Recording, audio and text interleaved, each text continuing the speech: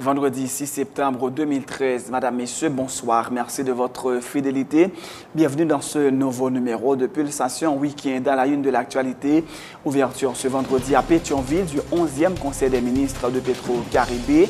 Des délégations venues de 21 pays participent à ces assises, au cours desquelles seront abordées des thématiques telles la communication, le tourisme, le commerce et la culture.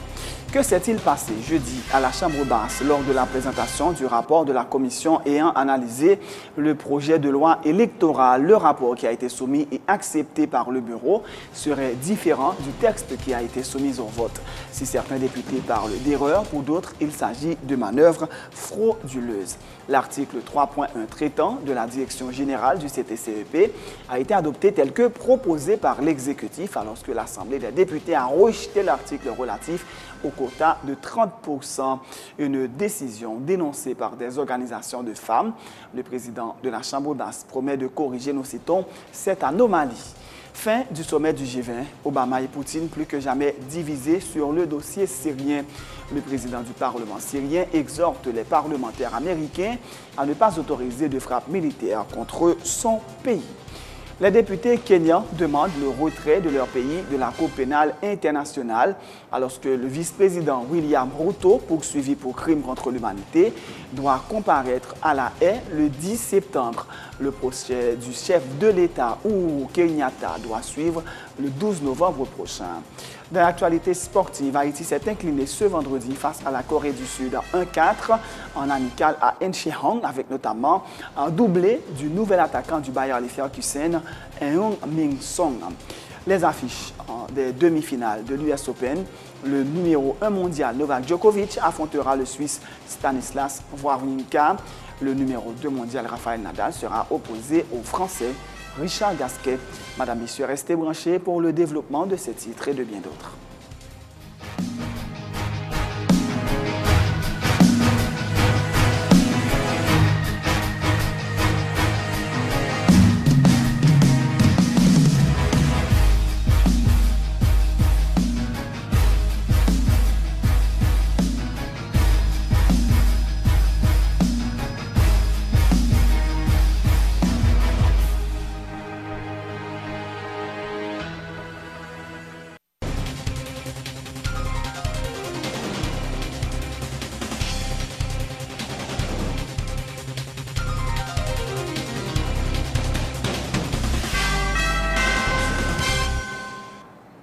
Chef, bienvenue dans le développement du journal. Le 11e Conseil des ministres de Petro-Caribé s'est ouvert ce vendredi à l'hôtel Royal Oasis. Des délégations venues de 21 pays sont présentes en Haïti pour participer à ces assises. Le ministre haïtien des Affaires étrangères, Pierre-Richard Casimir, se dit confiant que les résolutions qui seront adoptées durant ces 2 jours de travail ouvriront la voie à la prospérité de la région. Cela témoigne sans conteste de l'étendue des progrès accomplis par l'administration en place dans ses efforts pour améliorer le cadre physique, les structures d'accueil et le climat sécuritaire du pays. L'organisation de cet événement traduit par-dessus tout l'importance de l'ancrage régional de la République d'Haïti qui se rend de plus en plus visible au cours des 2 dernières années et la volonté du gouvernement de renforcer l'implication du pays dans la gestion des différents aspects de la politique régionale, voire mondiale. Au nom du président de la République, son Excellence M. Michel-Joseph Martelly, du Premier ministre M. Laurent Lamotte, du gouvernement et du peuple haïtien, je souhaite la plus cordiale bienvenue et un agréable séjour en Haïti à tous les chefs de délégation et à tous les délégués des États membres de Petro-Caribé. Les débats et discussions qui vont se tenir au cours de la journée d'aujourd'hui devront nous permettre d'ébaucher les résolutions et décisions qui seront entérinées par les réunions ministérielles de demain. J'ose espérer que ces résolutions et décisions paveront la voie à un futur radieux ou à des lendemains qui chantent pour tous les peuples appartenant à cette nouvelle zone économique régionale dans laquelle nous plaçons déjà de grandes espérances. Mesdames, Messieurs les chefs de délégation, distingués délégués, mesdames, messieurs, permettez-moi de profiter de cette circonstance qui nous rassemble aujourd'hui pour rendre un vibrant hommage au père fondateur et inspirateur de Petro-Caribé, feu le commandant Hugo Chavez, pour la vision, le courage et le leadership dont il a su faire montre en jetant les bases de nouvelles formes de coopération entre les peuples et les États de notre région. Le secrétaire exécutif de Petro-Caribé a remercié le gouvernement haïtien qui s'était proposé volontairement comme pays hôte de cet important événement. Astrobal Chavez dit espérer que cette réunion marquera le point de départ du développement de la région. Le diplomate vénézuélien dit croire que le programme Petro-Caribé peut contribuer grandement à l'amélioration de la situation socio-économique de la région. Chers délégués, vous tous, camarades de Petro-Caribé qui sont là avec nous et des entreprises mixtes que nous avons dans toute cette importante géographie. Merci pour être avec nous. Aux moyens de communication, merci pour répondre à cette invitation. Et j'aimerais également exprimer mon remerciement au président Martelly et à son équipe de gouvernement, premièrement, parce qu'ils se sont offerts comme hôtes de cette importante réunion, et deuxièmement, par l'excellente organisation qu'il y a eu pour cette réunion. Cette 11e réunion du Conseil des ministres et 2e réunion du groupe AHO de Petro-Caribé, sans aucun doute, doit marquer un point de départ dans le développement et l'intégration dans toute cette belle région latino-américaine et caribéenne, qui, sans aucun doute, on a besoin, et nous, ici présents, nous devons mettre notre petit grain de sable pour que cette construction se fasse et acquiert une signification très grande pour améliorer les conditions de vie de toute la région. Je remercie encore une fois la FAO de son intérêt de collaborer avec Petro-Caribé et dans cette initiative qui correspond, qui est lutter contre la faim dans la région.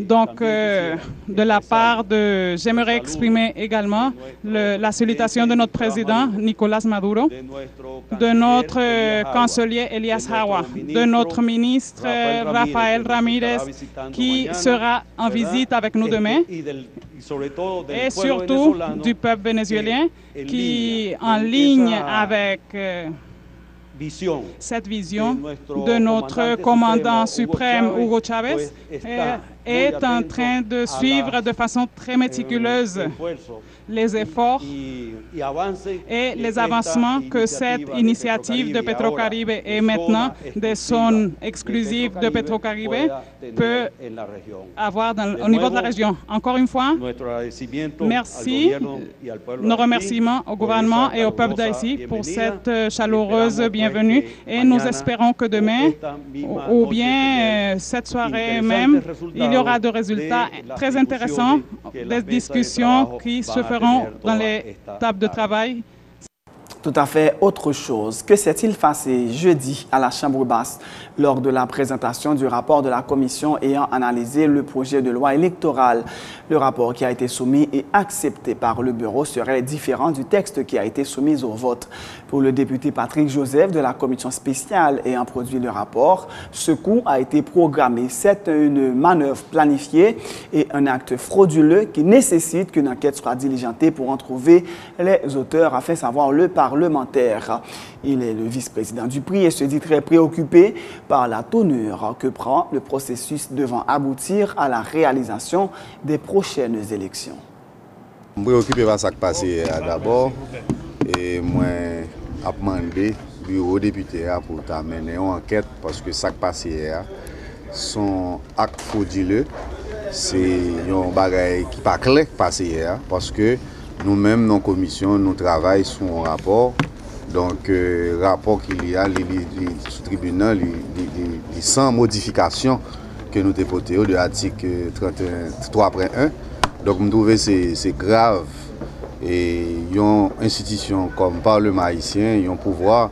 Donc, nous trouvons que c'est un bail grave et ça arrive dans la Constitution amendée, l'arrivée encore dans le rapport ça là.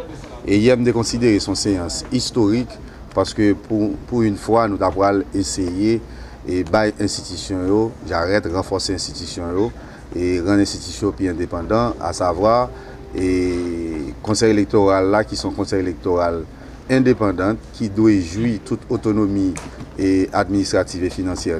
Donc dans l'article 3.1, nous avons et permettre que lui-même lui jouer rôle comme ça doit être pour que pas de mainmise de l'exécutif et pour que l'élection soit bien organisée. Il y a un pouvoir qui dit qu'il vient faire rupture, il y a un pouvoir qui dit qu'il vient porter changement. Donc regarder où est que lui rentrer dans la logique pour faire des bagailles qui très grave, qui en dehors de la loi, parce que le pouvoir un agenda est clair.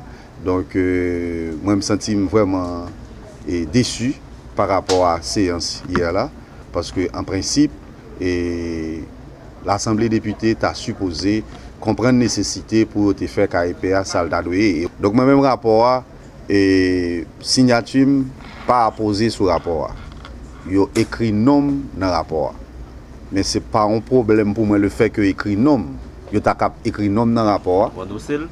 Et nous avons endossé normalement, si et seulement si c'était le rapport initial que nous-mêmes nous avons préparé, que nous connaissons.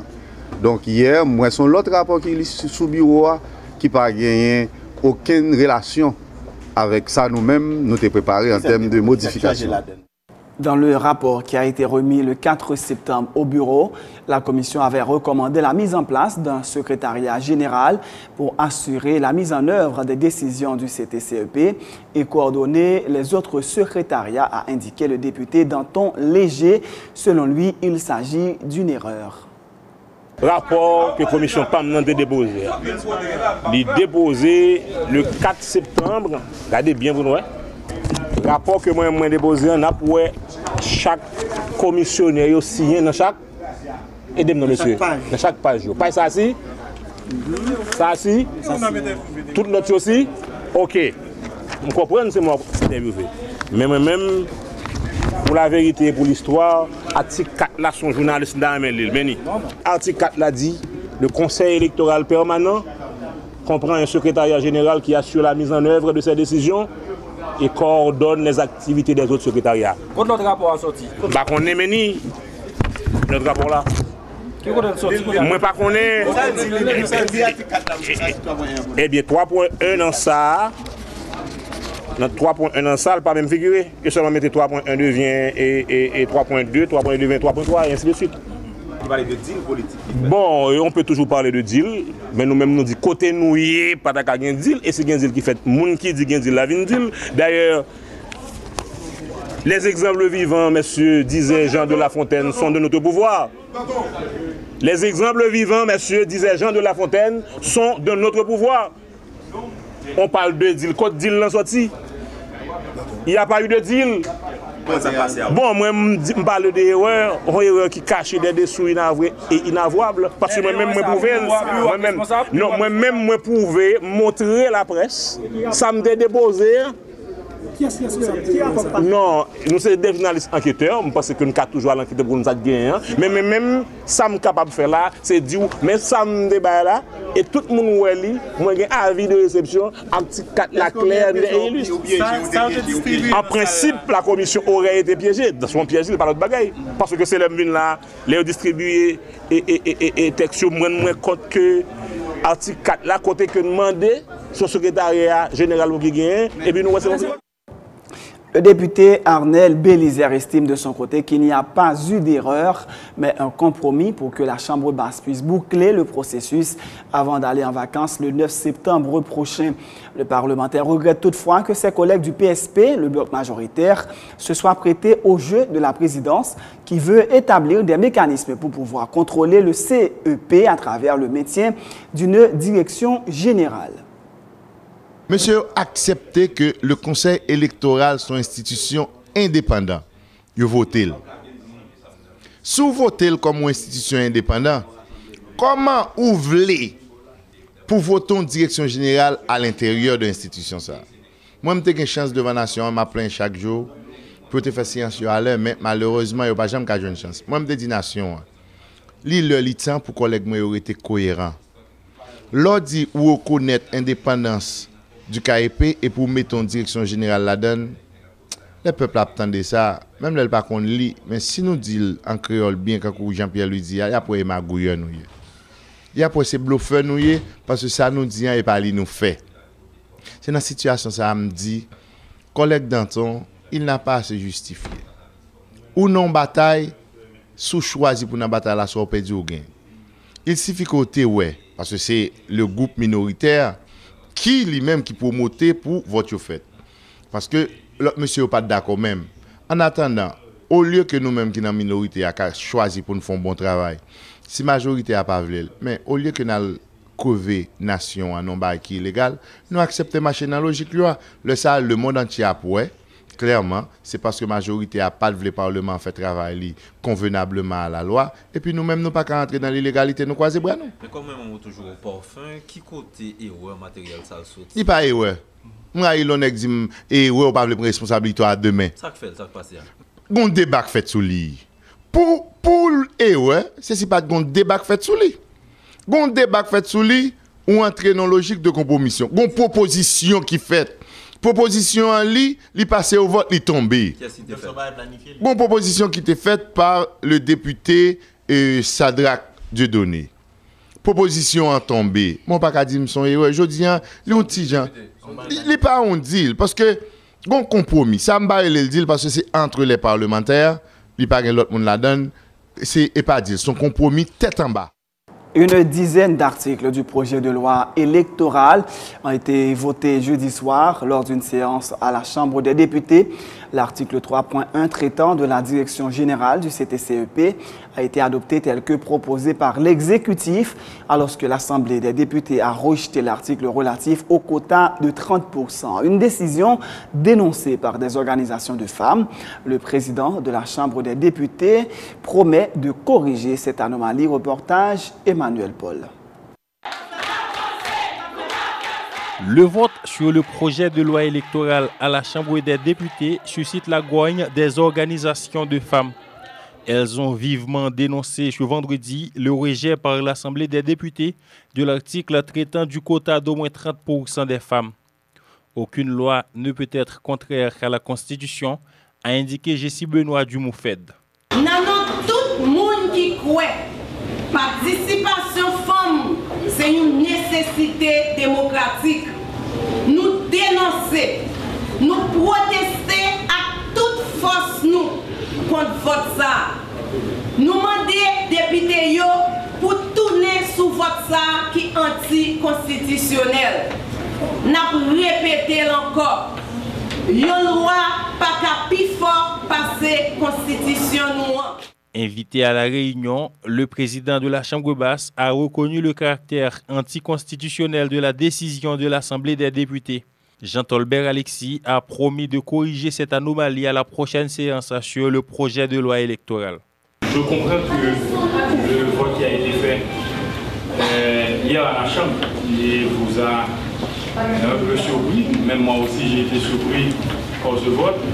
Mais je dois vous dire que dans ce combat, dans cette bataille où vous êtes, vous n'êtes pas seul. Et moi, je vous accompagne.